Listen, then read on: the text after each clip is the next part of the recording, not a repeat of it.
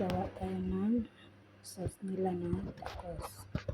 May kamatis, siniwang kamatis, tas konting tubig, tas i-blender natin. Saglit lang guys. Yan na.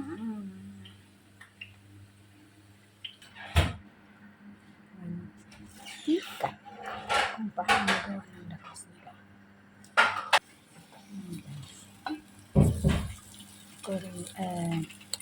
Turmeric, bawang, luya, at saka coriander na powder. Mantika. Tapos, yan lang natin yung guys. Harap natin.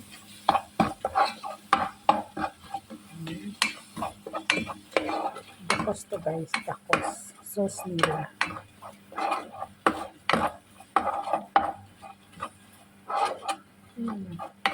Pag magbango na yan siya guys, ilagay natin ang tomato paste. Ilagay natin.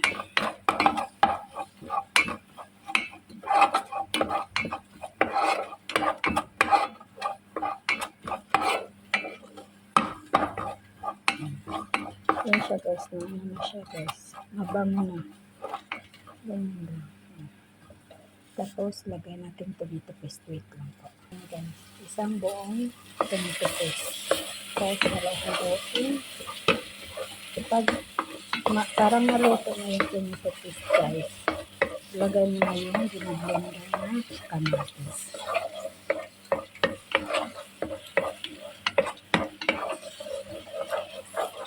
Haluin natin na mabuti.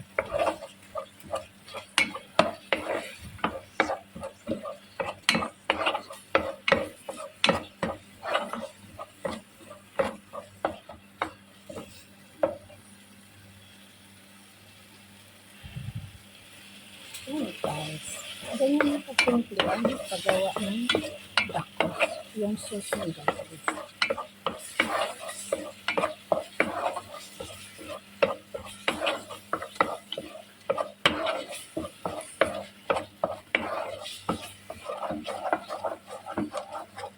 Guys, lagyan natin ng asin. Ito yung lasa kung anong mga pagkain basta magawa talaga ng ganito sauce.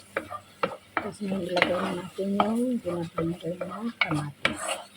Ito. Asin. Yung blender. Tapos babayaan hanggang magtapot na ito guys. Ganyan lang guys. Tapos ang tawag nila dito. Salamat. Ingat kayo lahat. Sana makatulong din.